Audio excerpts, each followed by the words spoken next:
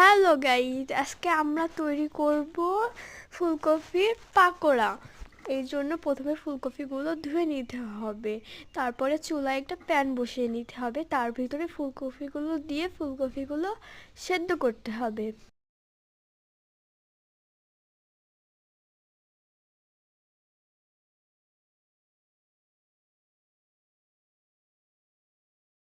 আমরা এখন একটা বেটার তৈরি করব। বেটারের ভিতরে চালের গুঁড়া, হলুদ, শুকনা ঝাল, লবণ, ধনিয়া গুঁড়া এগুলো দিয়ে মিক্স করে নিতে হবে।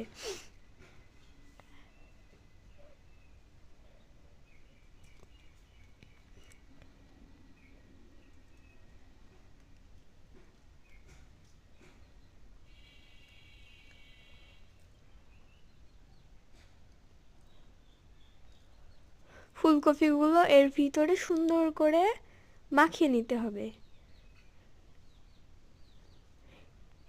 এরপরে ফুলকপিগুলো ফ্রাই করব।